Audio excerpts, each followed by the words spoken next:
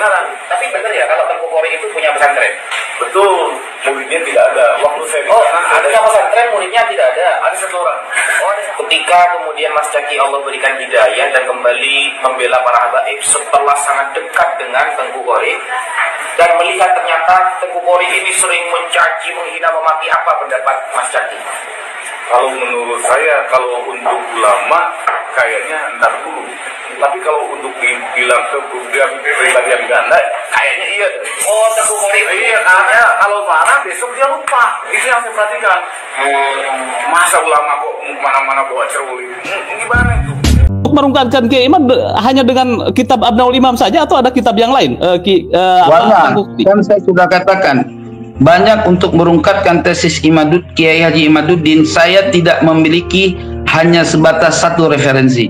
Saya menghadirkan 102 sumber referensi di dalam mensahihkan nasab Ba'alwi. Sementara Kiai Haji Imad di dalam tesisnya hanya bersumber dari tidak lebih dari 30 jumlah kitab ke bawah. Katanya kitabnya Tengku ada 100 berapa? 102 kitab untuk mempertahankan 102 kitab. Itu Hanif Alatas itu 180 kitab. Tengku itu 102 kitab, masih kalah itu. Kalau dia ada kitab abad ke-5, ke-6, ke-7, semalam itu sudah dikatakan kepada Dr. Ribut. Tetapi kenapa tidak mengatakannya? Karena hanya Abnaul Imam yang dia punya kitab palsu itu. Siapa Imaduddin? Apakah dia imam ahli nasab yang berani memaudukan atau memalsukan sebuah naskah tanpa mampu memberikan bukti yang akurat? Oleh sebab itu, di dalam antitesis saya mempertanyakan kepada Imaduddin, mampukah Kiai Haji Imaduddin untuk menghadirkan manuskrip asli tanpa tahqiq terhadap kitab Abnaul Imam? Tadi malam bahwa ada 102 kitab untuk merungkatkan tesisnya Kiai Imad. Ini bagaimana Kiai Imad? Dan juga Kiai Imad harus mempertanggungjawabkan mana ini manuskrip aslinya ini. Manuskrip aslinya Abnaul Imam itu Kiai Imad harus menghadirkan. Lah, nggak bisa saya menghadirkan. Dia yang mencetak dari ruang hampa, dia yang harus menghadirkan.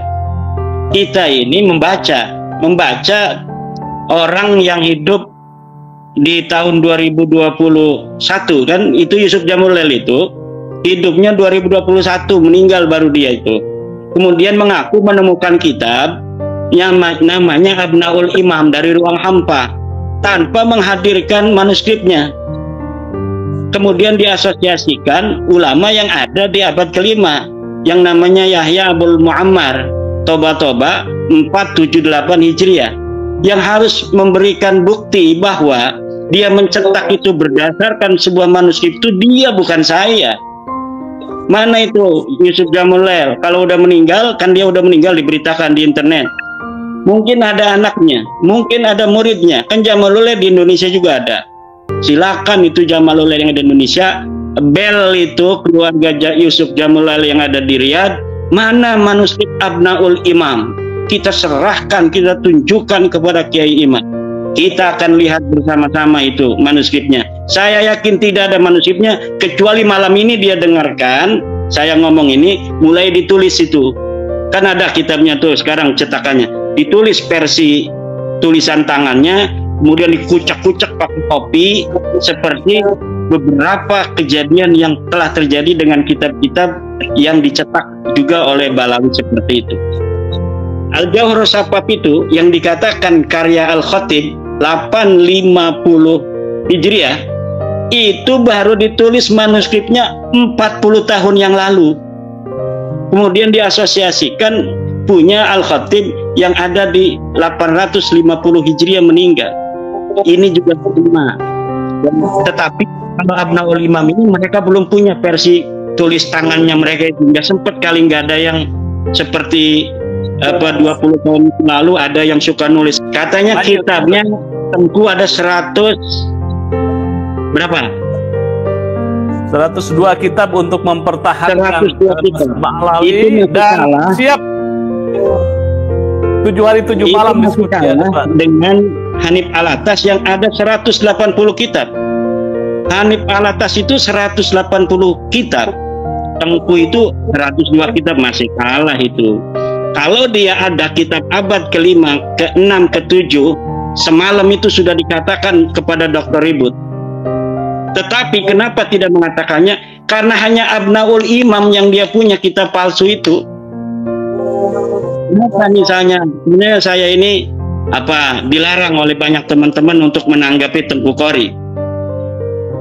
Tetapi saya kira kalau tidak ditanggapi itu nanti masyarakat awam itu akan mengira apa yang dinarasikan Tengku itu betul gitu.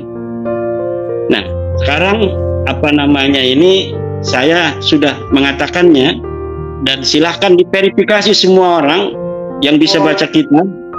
Kemudian apa yang telah saya sampaikan tadi dilihat kitabnya, oh ternyata betul.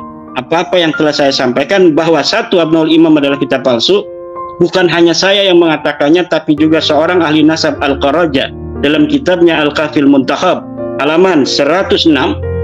Kemudian bahwa Syaraf Shah ini adalah orang yang ada di abad ke-6 dalam kitab Pendapat Talib halaman 225. Itu kan narasi yang paling hebat kemarin, yang disampaikan Tengku, yang dia yang sudah persiapan itu menanyakan pada Dr. Ribut.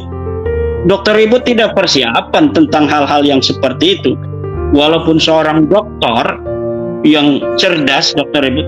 Tapi kalau memang tidak pernah membaca hal itu, ya coba mana kamu, nggak bisa. Nah, itu tidak menunjukkan bahwa Dr. Ribut itu kemarin itu kalah atau Dr. Ribut itu tidak mengerti. Tetapi memang cara berdebat itu, maka kata saya, dalam masalah nasab, kita bukan mencari siapa yang menang dalam berdebat, tetapi siapa yang dalilnya kuat.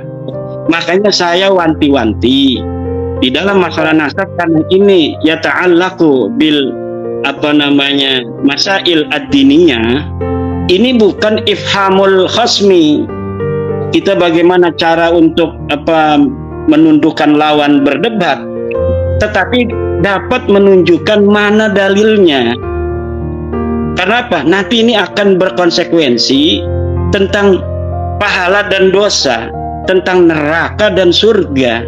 Ini jangan berani-berani kita hanya ingin bisa menang dalam sebuah forum debat, kemudian mengabaikan keilmuan itu.